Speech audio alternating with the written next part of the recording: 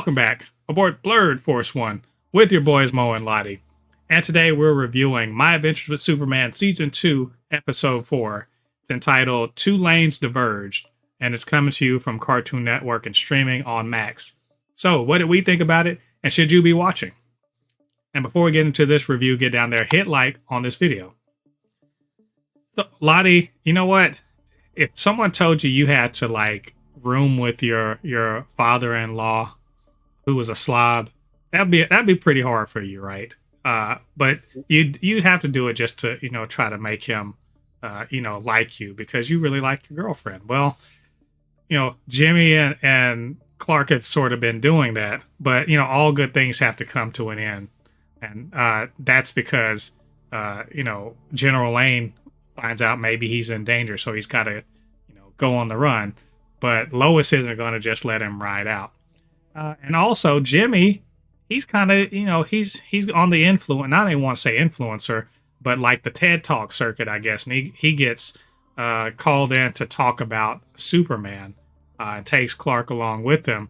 It turns out it's a bit of an ambush they're really talking about, is Superman a problem? So all this good stuff is going on. There's plenty of good action and everything. But Ladi, I wanted to know what you thought about this episode. I liked it. One thing I do gotta say, I'm trying to like what was his name again?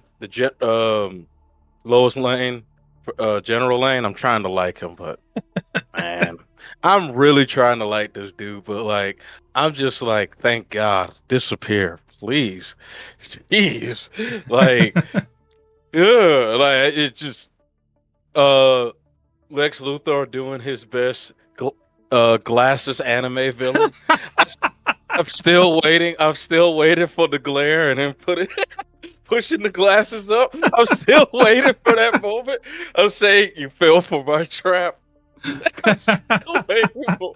They need to do it. Do you know, somebody was complaining? They're like, I don't like the design of Lex Luthor, and I was just like, you've never watched much anime, have you? Because he could be Tuxedo Mask. He could be like any 5 people that Yugi has battled in Yu-Gi-Oh. He could be like, he's the evil scientist. He could be Sosuke Aizen, literally, any of them. whenever, Kabuto? Oh God, fucking God. I'm just saying, he lit that is the character archetype that we're working with here. But I argue Lex Luthor is more dangerous than all of them. I think so. Oh, by far. Oh yes.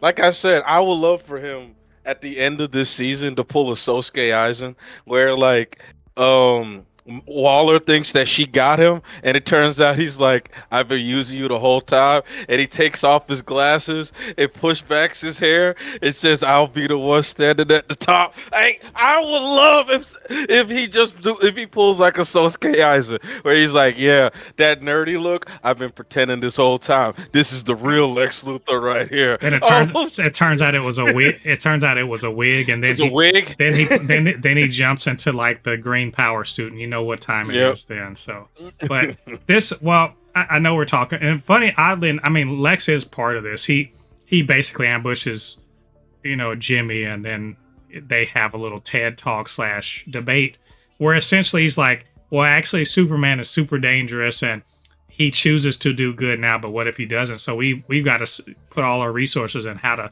stop Superman, which, I mean, honestly, that's not wrong. It's not incorrect. That's the thing about this is, we like Clark and Superman, and we know who he is as a person and that he's a good guy. We know that. But looking from the outside looking in, do you trust? I mean, would you trust that for real? So it's not like he's saying anything wrong, but it's kind of fucked up that he sort of with a Waller sort of set up a situation to make it look like actually Superman's a problem. And Jimmy can't really argue with him because he came in unprepared and he didn't have any ammunition rhetorically. So and it also adds to Clark feeling, isolated or different or everything like that. And it doesn't help that Lois is kind of dealing with her own thing with her dad, who is he's trying to get out of her life because he's a hot commodity. I won't say hot commodity. He's a radioactive commodity, and he's trying to get away, but she won't let him because she's Elaine, and he raised her. Yeah. Ladi, I was actually very emotionally moved by this episode because of all of that backstory with Lois as a kid and all her interactions with her dad, all surrounding this whole wilderness survival thing. And in the space of in her part of the episode, we get to see her relationship with her dad in 3 parts, and it is surprisingly deep and kind of sad. And it also it kind of made me think about my relationship with my parents and it's the stuff like that. I don't know, how did that hit you? Well, see, with me, I can't really truly relate because, like I said, I was one of the fortunate ones to have really great, amazing parents. I mean, I do have to go it's kind of messed up how, like I said, is like I said earlier in this review, there's a reason why I said I'm trying to like this guy, and just making me not I'm getting to the point that his character is starting to get to the point that if he I'm not trying to sound mean, but if he died, I'll just be like, oh no. And just because I'm like, he's not father of the year by any. In fact, no. I can tell this is a guy who is competent at his job. He's a great soldier. He's a great leader of people, but he sucks as a dad. As good as he is at being a general, he's bad at being a dad, and really relied upon his wife to kind of carry a lot of that burden. And we find out that if she dies she gets sick and she dies when Lois is a teenager, and that also strains her. She literally is like, I need you. We move around a lot. I don't have friends. I don't have people. Like, you're my only contact, and you barely talk to me. And now I was like, yeah, go ahead. And he was like, cool. Like the way he reacted to it. It's more like he is unable. He doesn't know how to be there for her. He doesn't know. He thinks that teaching her how to survive and skills like that are, good enough to get her ready for the world. But he doesn't realize he needs to be available for her in other ways. So he's a bad dad unintentionally, and the more he realizes his fuck ups, the worse it gets, I think. But Lois turns out all right anyway. It's just she's sort of doing it in spite of, and rather than because of him. And so the spunky, people have been wondering, why is Lois like this? Why, because she's a bit different, not totally different, but a bit different from her comics and cartoon counterpart. But now we see it's her dad, in the way he raised her, and her kind of her hardships as a teen, really, and even going into college, really kind of set her up to be this go-getter that she is now, for better or for worse. Also, I really like that they acknowledge she's Korean American, and so they actually show her learning her learning her Korean name written out in Korean. I thought that was cool. But that all part that really got me, especially at the end where he does disappear after they go through a harrowing experience. Like, did you realize Lois was badass like that? Like, she was a tough chick. Also, it kind of makes sense. I mean, as soon as I saw that her dad was General Lane, I'm like, I'm pretty sure this man trained her a bit when they were younger. So I said it makes sense that she knows she can handle herself in certain situations. There was a part. So they're getting chased by Slade, and the other project. What is it? It's not Cadmus, but whatever, that the people that Waller's people, they're trying to capture him, and they're on the run. And she is an equal partner in this, and they're fleeing, trying to get to safety. And then when they finally get to like the exhibition hall where Jimmy and Clark are, it was, and you know, there's this tech on display and everything like that. I noticed something very important, which is when they both get knocked back into the displays, they both get up, and what do they both do?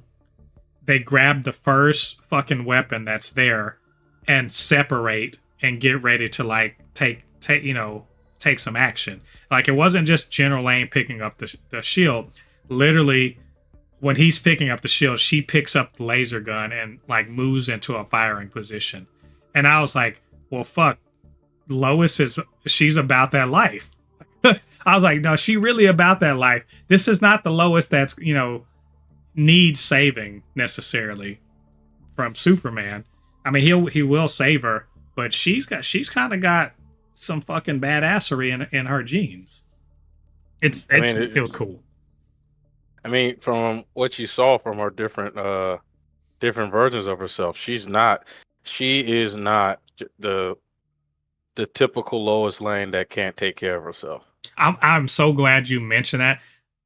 Actually, now that you say that, the League of Loises, you know, not the League of Loises based on the comics version, but the League of Loises that are this version, alternate version of her, makes so much sense now. Like, it makes a ton of sense because General Lane, the various versions of General Lane, made sure she was a badass. That's a good call there, sir. Wow. Well, I loved the episode. I had a great time with it. I think like this is yet another episode that, you know, it makes the case for why you should not only you should be watching this, but why this may, if this is not the best version of, you know, Superman, it's really up there. It's one of the best versions of Superman, I think. And we also get a little, you know, peek at Clark is definitely calling for his cousin to show up. So it's going out. I don't know, Ladi, if you saw this, but there's a little bit of a sneak peek of Kara, and you know, they were saying it's an homage to Android 18, and I was like, you people making this show, you guys, you know what you're doing, because she had on like the white shirt and like the jacket or something like that. I was like, okay, we're gonna get, you know, Kara Zor-El as Android 18. That's good cosplay.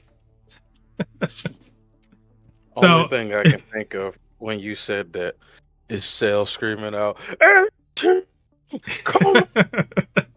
That's the only thing I can think of. Well, if you wait long enough, either Zod or Brainiac might say it. So they're coming, because we saw somebody floating above Earth. So I think it might be Brainiac. We'll see. So I don't know. This is a good episode. I think that's all of our thoughts on this, though.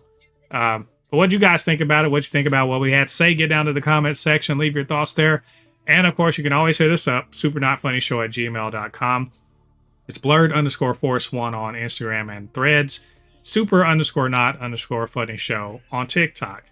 And do us a favor, get down there, hit like on this video, subscribe to the channel, hit that notification bell. All that good stuff helps to grow this channel, helps more people to see videos just like this. All right, thanks for joining us. Come back next week. We are going to talk about episode 5 of My Adventures with Superman Season 2. Until then, I've been Mo, the comment extraordinaire on all things pop culture, joined by the anime expert, video game designer, and lover of all things superhero, my good friend Ladi. And we'll see you guys on the other side of the thread. Peace. Peace. Thank you.